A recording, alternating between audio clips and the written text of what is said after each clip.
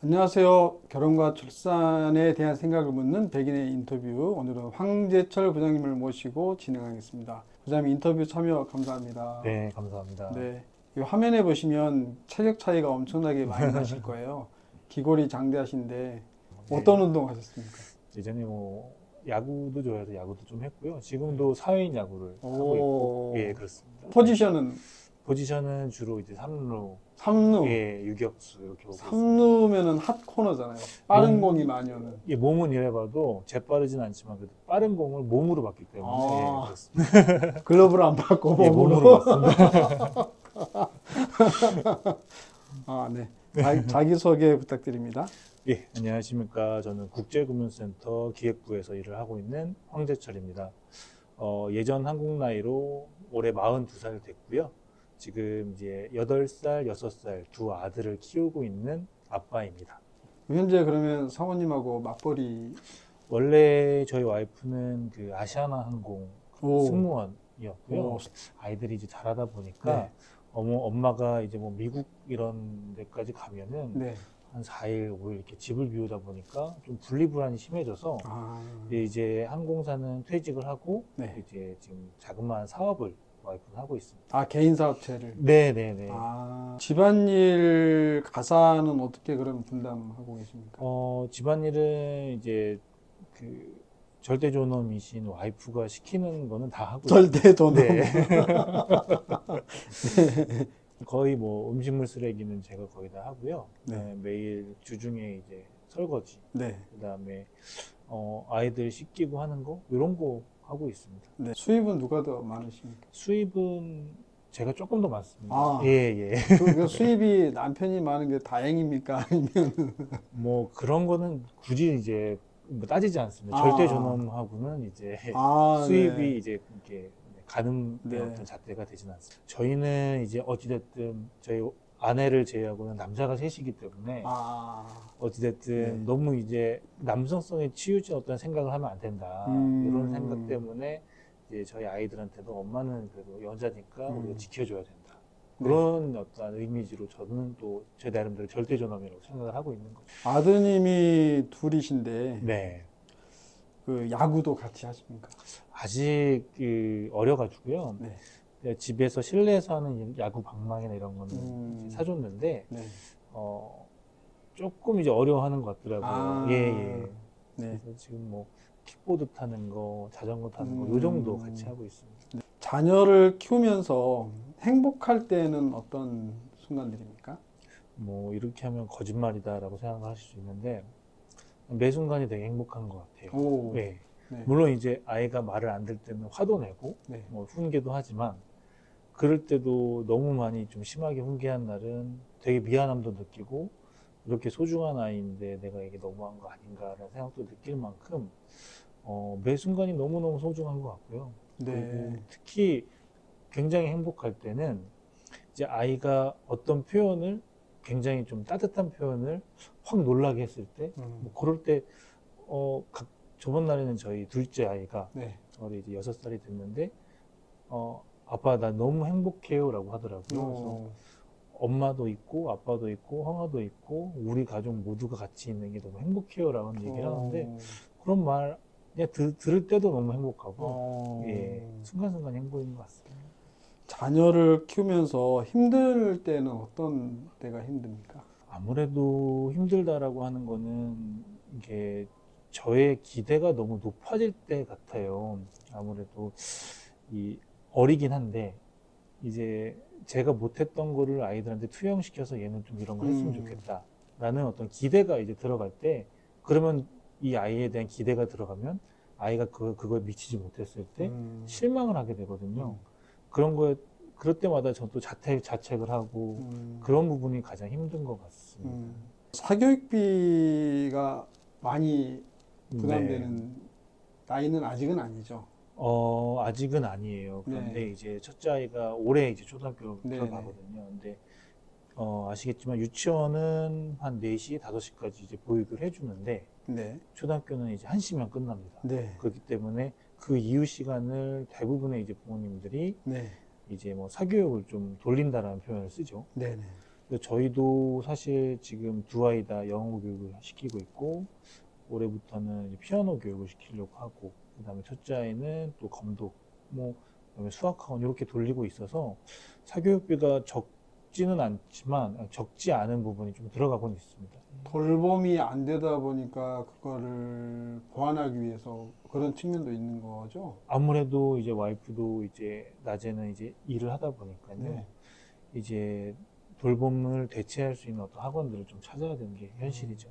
만약에 학원이 아니고 어떤 공적인 돌봄 기관이 있다면 이용할 아니요, 의향이 이용하지 있으십니까? 않을 것 같습니다. 아, 왜냐면 사실 그 부모들이 어떻게 보면 저희들의 잘못일 수 있는데, 기대들이 끼니까 우리 아이는 이제 어렸으니까 뭐 음악도 해야 되고 체육도 해야 되고 영어도 해야 되라는 어떤 그 기대들이 끼면서 또 주위에서도 다 하고 거기에 또 친구들이 있으니까 음. 어쩔 수 없이 또 보내는 것도 있고, 이 부모의 기대가 끼면서 또 보내는 것도 있고, 근데 이제 공교육에서는 그걸 모두 다 커버를 해주지 못하기 때문에 아마 보내지는 않을 것 같습니다. 심각한 저출산 상황이 이어지면 두 아드님의 미래 또는 부장님의 노후 시점에 네네. 우리나라가 어떻게 될지 혹시 생각해 보신 적 있으세요? 생각 많이 했죠. 아무래도 저희 회사가 이제 경제 쪽을 다루는 분야에 있다 보니까 저출산 문제, 인구 고령화 문제, 그런 어떤 인구 구조적인 문제가 굉장히 좀 우리나라 경제에도 심각합니다. 근데 저는 좀 달리 좀 개인적으로는 긍정적으로 생각을 하려고 해요. 왜냐하면 지금 있는 일자리가 전체 수량이 줄어들긴 하겠지만 어떻게 보면 저희 아이들 때는 경쟁률 자체가 조금 줄어들 수 있기 때문에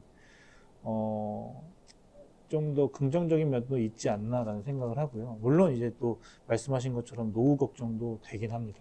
이제 이 아이들이 또 어떤 일을 해야 될지도 잘 모르겠고, 그 다음에 나중에 됐을 때 제가 노후를 어떻게 살아갈지도 좀 걱정이 되는데, 그렇기 때문에 지금 뭐 여러 가지 좀 재테크도 하고 뭐 그런 거에서는 나름의 좀 방도를 찾고 있습니다. 사모님하고는 만나신 지 얼마 만에 결혼하셨습니까? 저희가 좀 예상보다 좀 빠르게 이제 아이가 생겨가지고요. 4개월 만에 결혼했습니다. 4개월 만에요. 예, 와. 초스피드로. 결혼 준비 과정에서 가장 신경 쓴 부분은 뭐였습니까? 아무래도 주거죠. 예, 음. 주거 문제가 좀 빠른 시일 안에 준비를 해야 되다 보니까 이제 집을 알아보는 문제, 그다음에 자금을 준비하는 문제, 이런 것들이 가장 신경이 쓰였습니다. 처음 주거 형태는 어떤 형태였습니까? 그래도 이제 감사하게도 제가 이제 예전에 이제 아버님 어머니 살던 집을 이제 고쳐서 들어가게 되었고, 그 집은 이제 주택이었습니다. 예. 네. 두 분의 결혼 과정에서 이런 것이 있었으면 결혼이 더 수월했겠다고 생각하는 것은 무엇이 있나요? 아무래도 주거 문제가 가장 좀 저희한테 어려운 부분이었기 때문에, 사실 저희가 주택을 살다가 한 2년 만에 다시 이제 아파트로 오게 된 이유는 아이가 이제 바로 키워야 되는 상황이었기 때문에 뭔가 편의성이 가장 중요했거든요. 그래서 만약에 이제 주거 관련된 뭐 정부 정책이 좀 더 좋았었더라면 저희가 아마 주택 말고 처음부터 그냥 아파트로 갔었을 거라는 생각이 들어요. 예. 결혼을 생각하고 있는 커플에게 가장 도움이 될 만한 정책이라면 뭐가 있을까요? 저는 기본적으로 이제 저희 회사 직원들하고 얘기를 할 때 결혼을 해야 됩니까? 라는 질문을 받았을 때 아이를 낳을 거면 결혼을 하는 게 좋다라고 말을 하거든요. 그래서 이 결혼과 이제 출산을 항등시계로 보는 어떤 관점이기 때문에 아무래도 이제 출산 장려 정책이 가장 중요하다고 생각을 합니다. 물론 이제 주거 정책도 필요하지만은 출산했을 때 많은 비용들이 이제 필요합니다. 이제 뭐 아이들 뭐 분유값이라고 하는데, 분유값뿐만 아니라 뭐 유모차며 뭐 진짜 뭐 지금 제가 당도하고 있는 사교육비며 굉장히 많거든요. 근데 이런 것들에 대해서 정부가 어느 정도 심도 있게 고민하고 조금 더 이제 도움을 줄 수 있는, 실질적인 도움을 줄 수 있는 정책이 필요하다, 이런 생각을 갖고 있습니다. 유모차 브랜드 때문에 또 스트레스 받지는 않으셨습니까? 맞습니다. 유모차 브랜드가 저는 그렇게 차 브랜드만큼 있는지 몰랐습니다. 근데 네. 그만큼 또 이제 엄마들한테는 또 그 좋은 유모차가 아이를 또 이제 안전하게 또 실어 나르는 어떤 수단이라고 생각이 되기 때문에 굉장히 좀 중요한 어떤 그 결정 장애를 일으킬 만한 어떤 그런 브랜드들이 많더라고요. 네. 엄마들이 어떤 유모차를 이렇게 끌고 갖고 다니느냐에 따라서 또 그게 차와 같은 네, 그런 이미지를 주는 경우가 있죠. 아빠들도 마찬가지고요. 맞습니다. 그래서 뭐 그게 없다면은 거짓말이겠죠. 당연히 있고요. 두 아드님 출산 이후에 정부로부터 또는 지자체로부터 받았던 혜택이 있습니까? 아무래도 가장 큰 건 보육수당인 것 같습니다. 네. 보육수당 해서 20만 원씩 받다가 이제 일정 나이 이후로는 10만 원씩 지금 받고 있고요. 그 다음에 이제 어린이집 갈 때, 유치원 갈 때 조금씩 보조를 해주고 있고, 그게 많은 도움이 됩니까? 아니요, 많지 않죠. 아. 당연히 많지 않습니다. 혹시 셋째를 더 낳을 늦둥이 계획이 전혀 계획 없습니다. 사실 저는 이제 네. 딸이라면 네. 생각이 있는데 네. 그런 보장은 이제 없죠. 하늘에서 이제 정지해 주시는 거기 때문에 와이프는 이제 아내는 이제 안 되겠다. 아, 따님이라면 생각할 수 예, 너무 좀 삭막하기 때문에 남자고 셋 있는 집이 그래서 딸이 좀 간절한데 있습니까? 네. 아내는 절대 이번 생엔 없다 이렇게 얘기를 아, 하더라고요. 네. 근데 두 자녀 이상의 자녀를 낳기 어려운 요인은 무엇이 있을까요? 아무래도 경제적인 부담 가장 클 것 같습니다. 네. 사교육비 부담도 크고요. 왜냐면은 아이들이 이제 예전처럼 저 어렸을 때처럼 뭐 친구들 놀이터에서 만나는 시대가 아니라 학원에서 만나는 시대이기 때문에 그런 어떤 친구들하고 같이 어떤 학원 사교육을 다 시켜주려면 그 부담도 만만치 않고요. 어떻게 보면은 저희가 첫째 아이가 이제 초등학교를 올해 들어가는데 사립학교를 들어가는 것과 공립학교 들어가서 사교육을 이렇게 쭉 시키는 거하고 크게 비용 차이가 없더라고요. 계산을 해보니까. 지금 그러면 큰 아드님은 사립학교, 아니요, 공립학교를 갔고요. 네. 예, 사립학교 가면 너무 또 저희 동네가 사립학교가 없어가지고 네. 통학이 너무 길어가지고 네. 공립학교를 보냈는데 네. 어쨌든 사교육을 좀 시키려다 보니까 너무 이제 비용 부담이 좀 커지게 되는. 공립학교 플러스 사교육비면 네네. 사립초등학교를 보낼 거의 비슷한 거의 것 비슷하게 같습니다. 예, 나온다. 예. 육아휴직에 대한 부장님의 생각과 이 현재 근무하고 계시는 직장 분위기에 대해서 말씀 부탁드립니다. 일단 육아휴직은 여성분들은 거의 대부분 쓰시는 것 같고요. 이제 남성 직원들이 육아휴직에 대해서 말씀을 드리면 저는 적극적으로 찬성을 하는 편입니다. 왜냐면 아빠들이 아이들과 이제 함께 좀 호흡하고 하는 시간들이 굉장히 적거든요. 그리고 이제 아내들이 얼마나 좀 고생을 하고 이제 그 아이 돌봄과 집안일이라는 게 또 얼마나 힘든지 사실 체감을 안 해보면 모르거든요. 물론 저도 모르시고요. 그래서 그런 측면에 있어서 좀 남자들의 인식을 좀 개선하는 면에서 굉장히 필요하다고 생각을 하고, 두 번째는 이러한 것들이 모이다 보면 공감대가 이루어져서 뭐 우리 사회에서 가장 좀 큰 문제 중에 하나가 남녀 차별 이런 문제들일 텐데 그런 문제들도 조금 줄어드는 그런 계기로 작용하지 않을까 생각을 하고, 저 역시도 육아휴직을 조만간에 쓸까라는 그런 고민을 하고 있습니다.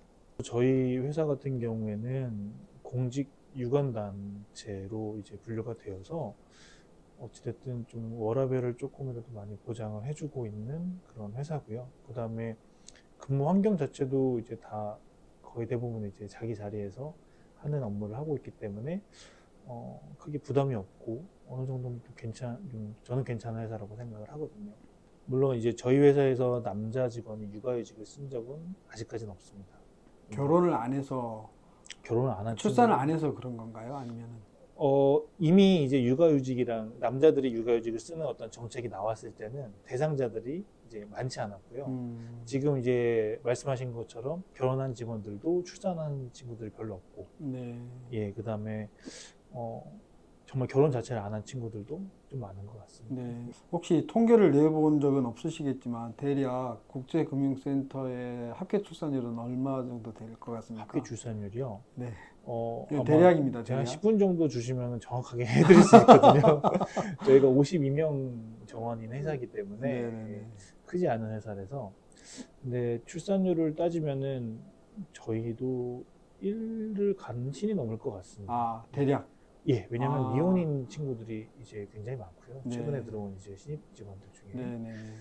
그리고 좀 계속 있었던 친구들도 이제 결혼 안 한 친구들이 많습니다. 결혼했다라고 하더라도 이제 아이를 안 낳는 그냥 비중이 좀 큽니다. 직원들이랑 이렇게 식사나 이렇게 차 한잔을 하시다 보면 결혼에 대해서 이 얘기를 나눌 기회가 있죠. 있죠. 그러면 일자리는 이미 근무를 하고 있고, 네. 일자리 주거, 문화, 또 개인적인 어떤 거 성향 네, 이런 네. 것들 때문에 결혼들을 안 하잖아요. 네, 네. 어떠신 것 같습니까? 직원분들은 미혼 직원분들 또는 결혼을 했지만 출산을 안 한 직원분들을 보시면 네. 우선 미혼인 직원들을 보면은 내가 받는 월급에 내가 누리고 있는 어떤 이런 복지, 그다음에 내 삶이 굉장히 중요하다고 느껴지는 것 같아요. 그래서 결혼의 필요성을 딱히 느끼지 못하는 직원들이 좀 많은 것 같습니다. 물론 이제 결혼을 하고 싶어요라고 이제 말버릇처럼 하는 직원들도 많은데 실상 얘기를 해도 보면 굉장히 행복하게 살고 있거든요. 아, 네. 결혼할 필요가 없는 친구 같은데 라고 생각도 들고 이제 뭐 그런 경우가 가장 큰 것 같습니다. 뭐 주거나 이런 거는 사실 두 번째 문제 같고요. 근데 막상 이제 결혼을 준비하는 친구들하고 얘기를 해보면 주거 문제가 가장 큽니다. 아무래도 저희 회사가 서울에 있다 보니까 네. 서울권을 이제 우선적으로 이제 거주지로 알아보고 이게 좀 여의치 않을 때는 조금 더 이제 경기권으로 이제 알아보는데 요즘 워낙 또 집값도 올라갔고 렌트비도 올라갔기 때문에 그런 것들이 이제 두 번째 부담이 되는 것 같고요. 결혼을 해서 아이를 낳지 않는 직원들 왜 낳지 않는가를 이렇게 보면은 똑같은 것 같아요. 왜냐하면 성인 남녀 둘이 결혼을 해가지고 이제 한 가정을 이루는데 이 가정의 소득은 더 2배가 됐잖아요. 그만큼 누릴 게 더 많아지거든요. 네. 거기에서 누리는 행복이 더 크기 때문에 그거를 조금 더 유지하고 싶은 그런 생각이 더 큰 것 같습니다. 그러다 보면 이제 아이를 낳을 수 있는 연령대가 지나버릴 수도 있고. 네, 그래서 출산을 미루다가 네. 뭐 전국에 가서는 뭐 한 명을 낳건 아니면 난 딩크를 할래요라고 이제 선언하는 친구들도 종종 있는 것 같습니다. 청년들의 결혼을 유도하기 위해 도입했으면 하는 정책 또는 어떤 그런 문화 또는 캠페인 그런 게 있다면 무엇이 있을까요?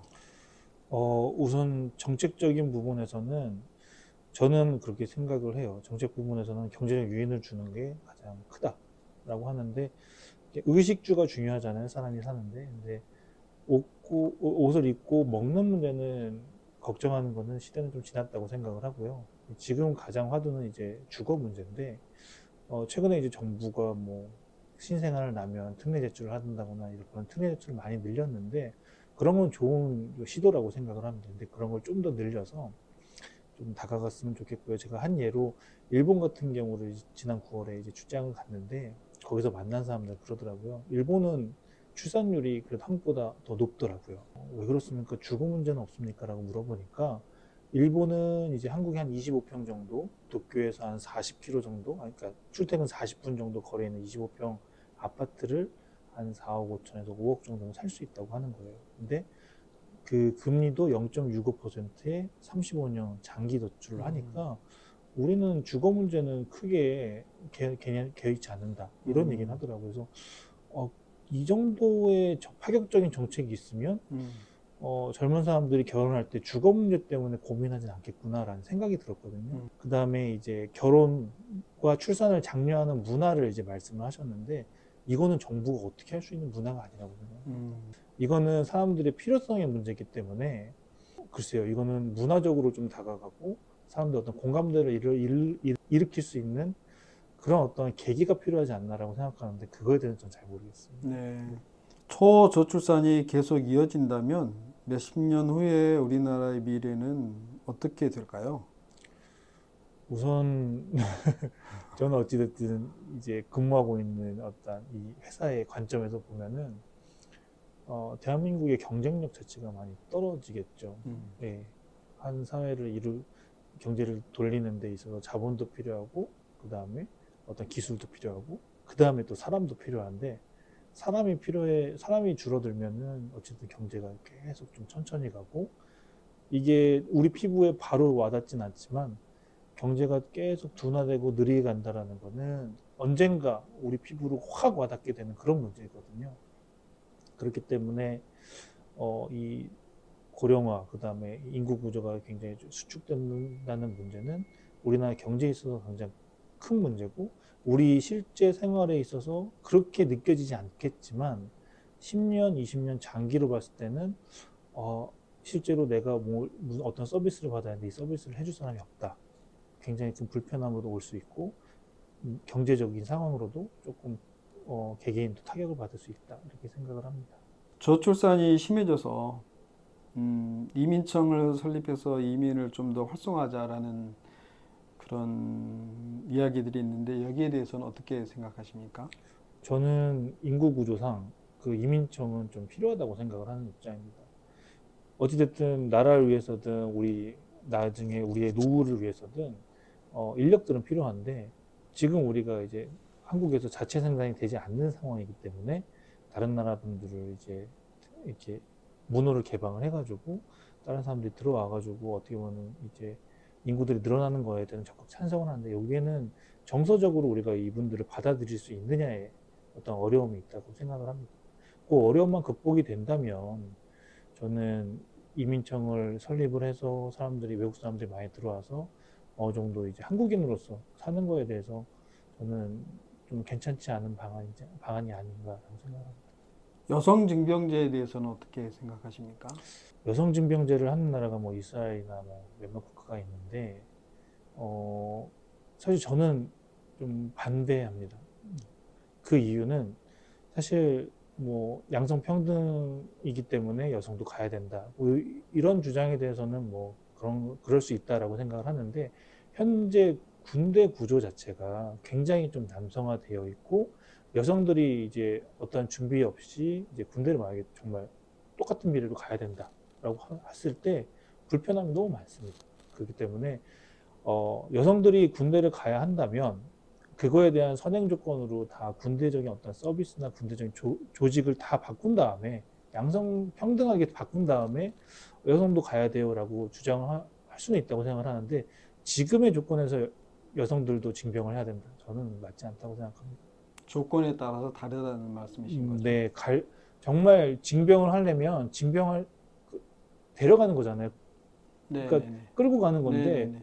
끌고 가고 싶으면은 끌고 갈 수 있도록, 끌고 가서 이 사람들이 잘 살 수 있도록 여성을 위한 그 환경도 마련을 해줘야지, 그 환경이 지금 남성이 살고 있는 이 환경처럼 이 상태에서 여성들이 징병한다, 이건 아닌 것 같습니다. 초저출산이 지속될 경우에 대한민국이 소멸된다고 하는데 예상되는 소멸의 형태가 무엇일지 혹시 생각해 보신 적 있으십니까? 소멸된다. 좀 굉장히 좀 무서운 말인 것 같은데요. 아무래도 저희가 이제 나이를 들었을 때 원하는 서비스를 받지 못한다라는 어떤 그런 어려움이 굉장히 클 것 같습니다. 젊은 세대가 많아져야지, 예를 들면 이제 뭐 이제 동사무소 일을 구할 때도 사람이 하나도 없을 거고, 다 전산화가 된다고 쳐도 사람을 통해서 받는 서비스가 있을 거고, 그다음에 나이가 들면은 어찌됐든 몸이 아프면 의료 서비스가 이런 것들이 다 필요하거든요.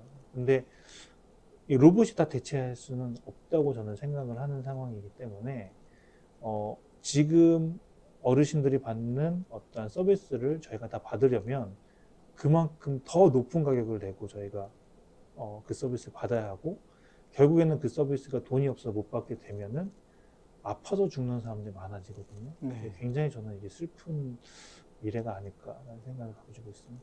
마지막으로 정부 또는 청년 세대에게 하시고 싶은 말씀 있으면 부탁드립니다. 정부요. 저희가 저희가 정부입니다. 정부에는 정말 현실적으로 도움이 될 수 있는 정책을 좀 펼쳐주십사 하는 게 일반 가장으로서의 좀 바람인 것 같습니다. 네. 우선 결혼을 결혼율을 높이려면 주거 문제를 좀 더 획기적으로 해줄 수 있는 방안. 그다음에 출산율을 높이려면 사교육을 어쩔 수 할 수밖에 없는 상황들이 할 수밖에 없는 상황이기 때문에 이 상황을, 이 구조를 조금은 바꿔줄 수 있는 그런 현실적인 방안들이 없을까, 그거를 고민을 해보셔야 될 것 같아요. 네. 그게 현실적으로 결혼을 할 사람과 결혼을 한 사람한테 도움이 돼서 더 많이 결혼하고 더 많이 애를 낳는 그런 선순환으로 이어지지 않을까 생각을 하고요. 청소년 세대는 결혼은 저는 적극적으로 권장하는 사람입니다. 왜냐면은 사람이 나이 들고 하다 보면 외로움이 커지는데 그 외로움을 상쇄할 수 있는 건 결국 사람이거든요.